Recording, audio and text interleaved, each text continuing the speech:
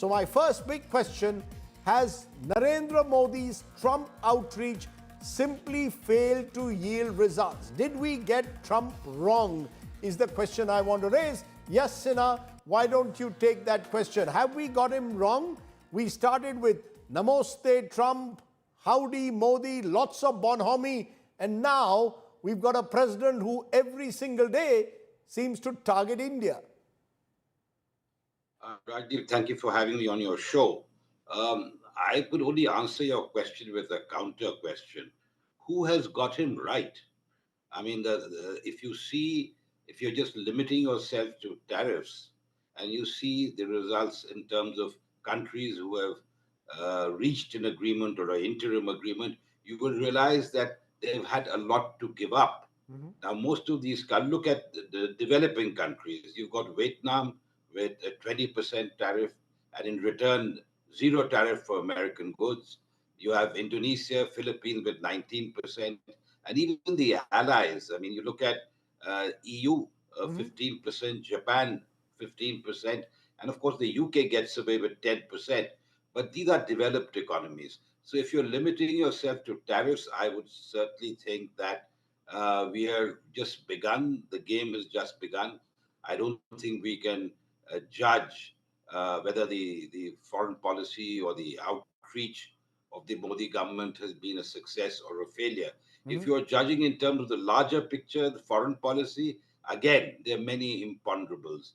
As far as the US is concerned, I mean, the deals that they have made with Pakistan or are in the process of making with Pakistan should not, in my opinion, decide the larger picture as far as relations with South Asia and India in particular are concerned. Right. Because I think the whole policy of the US has been to keep India as a counterweight to China in the Indo-Pacific, or at least to prop up.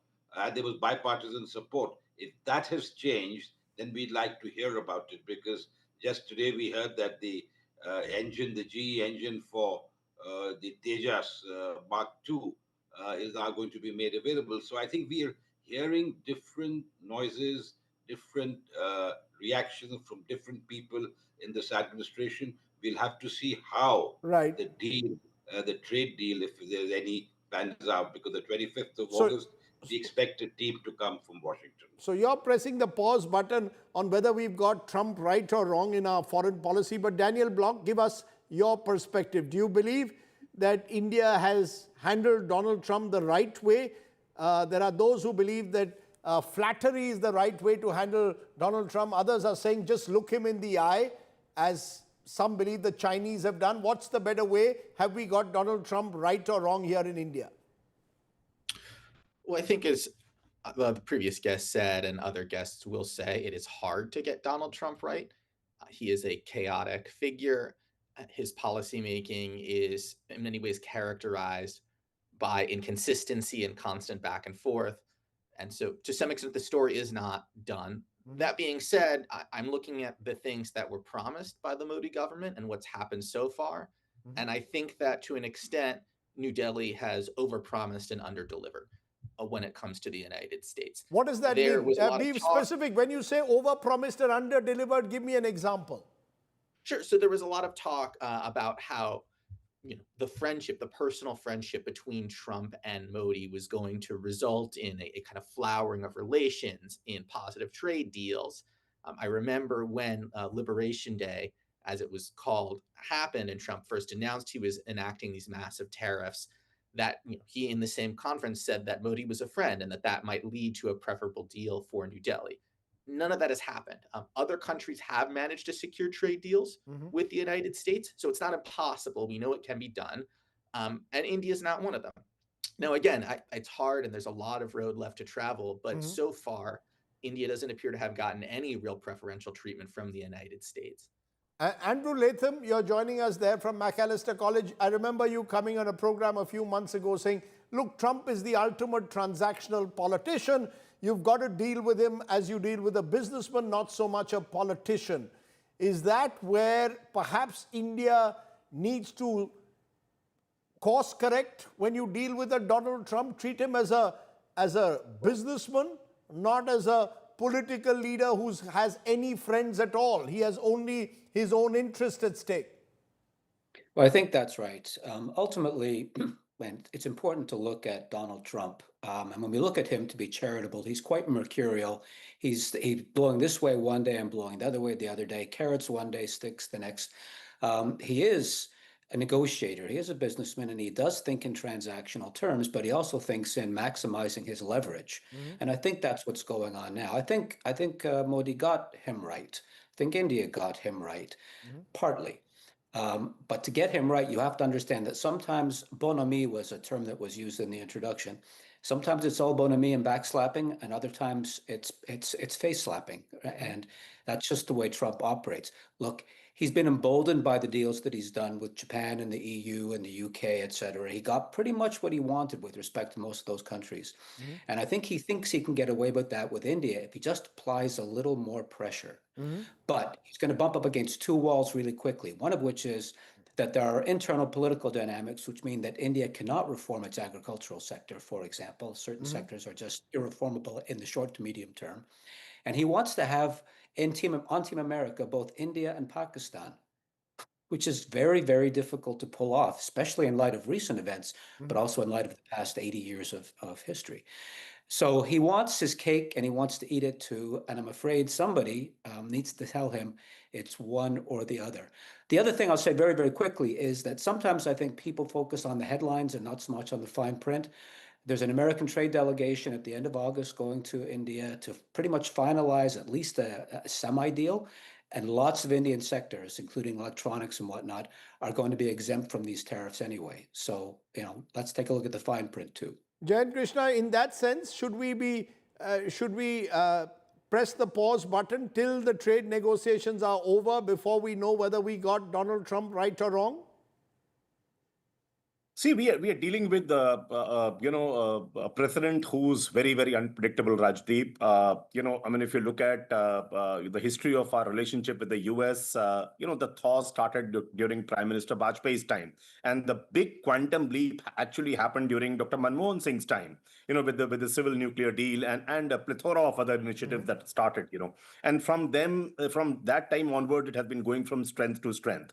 See, the reason why this relationship is strategic is because of multiple factors. For example, there's an expanding Indian market with far better purchasing power than what it used to be, and US wants market access to it. We have seen that how entire world is looking at alternate supply chain destinations beyond China, right? And India has been a front runner, right? Indian diaspora is so strong in the US, right? And India is perhaps the best country which is poised to address the Chinese economic aggression, So despite all these things happening and despite the so-called friendship between Prime Minister Modi and President Trump, he has imposed this kind of a levy, 25% plus an undisclosed amount of penalty for us doing business with Russia. So I think it's very unfortunate. Initially I thought it's more of a pressure tactics. It's more of a weakening the BATNA, and BATNA is in negotiations is actually the best alternative to negotiated agreement. It is weakening India's BATNA but today what he has said about India and Russia being failed economies and so on and so forth, I think is clearly it's not a statesman-like behavior at all.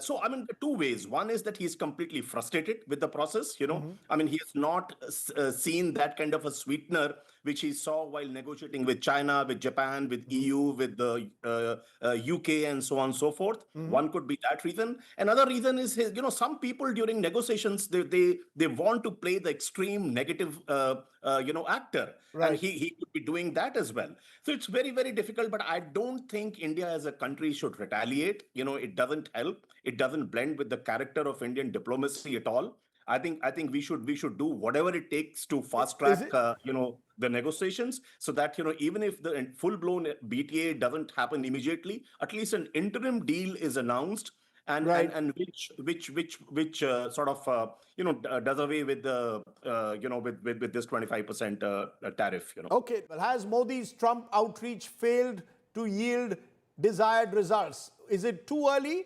to dismiss India's initiative in the manner in which we've dealt with Donald Trump, the much touted personal chemistry between the Prime Minister and Donald Trump?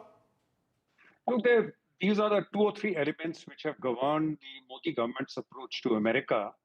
One is an assumption that US treats India as a vital factor in balancing China. That's been a constant for the last 10 years, and that's why India got a long rope. It's not, we haven't started buying Russian oil now. We've been buying it for some time. So the previous administration did not. They made some noise about it, but largely left India alone. Second one is the role of the diaspora. It's been mentioned here, but we don't hear much from the diaspora. Has the diaspora intervened with Trump?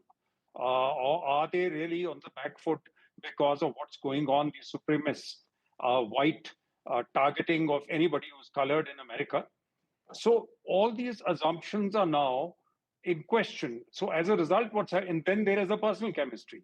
I mean, hugging, shaking hands, all that is fine. But I think what Trump is doing is, it's completely transactional. And as has already been said on your program, I think he's got emboldened by the fact that the Europeans have climbed down. Even though there's some dissension, the French Prime Minister called it a dark day. So there is not happiness in all the countries in Europe, but they've accepted it. But it's very interesting that two countries, that's EU, 27 countries of EU and the Republic of Korea, they're the other ones with the deal. They have a similar kind of approach. The Koreans are saying we will invest $350 billion in America and buy LNG worth $100 billion. The Europeans are saying we'll invest $600 billion worth in America and buy energy worth $750 billion. But then, as people have said, that there's no mechanism to implement it. So I think what countries are doing is, and interestingly, the European Union has said, we will do this over the next 3 years, which is the remainder of Trump's term. So I think where India probably has gone wrong, and the Treasury Secretary has spoken today, and he has said that India is not a global player, it's dealing with Russia, and they've been dragging their feet. Now that's coming from the Treasury Secretary. Right. I don't think it should be taken lightly.